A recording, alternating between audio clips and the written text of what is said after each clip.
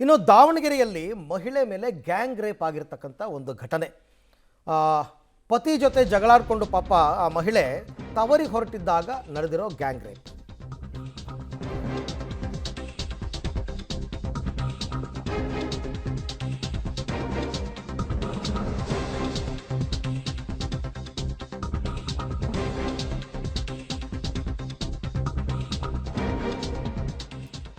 So ದಾವಣಗೆರೆಯಲ್ಲಿ ಮಹಿಳೆ ಮೇಲೆ ಗ್ಯಾಂಗ್ ರೇಪ್ ಕೇಸ್ ಇದು.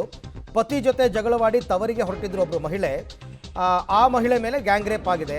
ಚನ್ನಗಿರಿ ತಾಲೂಕು ಬಸವಾಪಟ್ಟಣ ಠಾಣಾ ವ್ಯಾಪ್ತಿಯಲ್ಲಿ ನಡೆದಿರೋ ಪ್ರಕರಣ. ಅವ್ರು ಹೋಗ್ಬೇಕಾದ್ರೆ ಏನೋ ಸುಸ್ತಾಗಿದೆಯಾ ಅಂತ ಅಂದ್ಬಿಟ್ಟು ಕೂಲ್ ಡ್ರಿಂಕ್ಸ್ ಕೊಟ್ಟರಂತೆ ಕೆಲವರು. ಆ ಕೂಲ್ ಡ್ರಿಂಕ್ಸ್ನಲ್ಲಿ ಮದ್ಯ ಬೆರೆಸಿ ಕೊಟ್ಟಿದ್ರು. ಬಳಿಕ ತೋಟಕ್ಕೆ ಕರ್ಕೊಂಡು ಹೋಗಿ 10 ಜನ ಯುವಕರು ಈ ರೀತಿ ಗ್ಯಾಂಗ್ ರೇಪನ್ನು ಮಾಡಿದ್ದಾರೆ. ಆಮೇಲೆ ಅದನ್ನು ವಿಡಿಯೋ ಕೂಡ ಮಾಡಿಕೊಂಡು ವಿಕೃತಿಯನ್ನು ಮೆರೆದಿದ್ದರು. ಯಾರನ್ನು ನಂಬೋದು ಯಾರನ್ನು ಬಿಡೋದು ಅಂತಕ್ಕಂಥದ್ದೇ ಗೊತ್ತಾಗಲ್ಲ ನೋಡಿ. ಏನೋ ಯಾರೋ ಸಹಾಯಕ್ಕೆ ಬಂದಿದ್ದಾರೆ ಅಂತ ಅಂದುಕೊಂಡಿರ್ಬೋದು ಅವರು.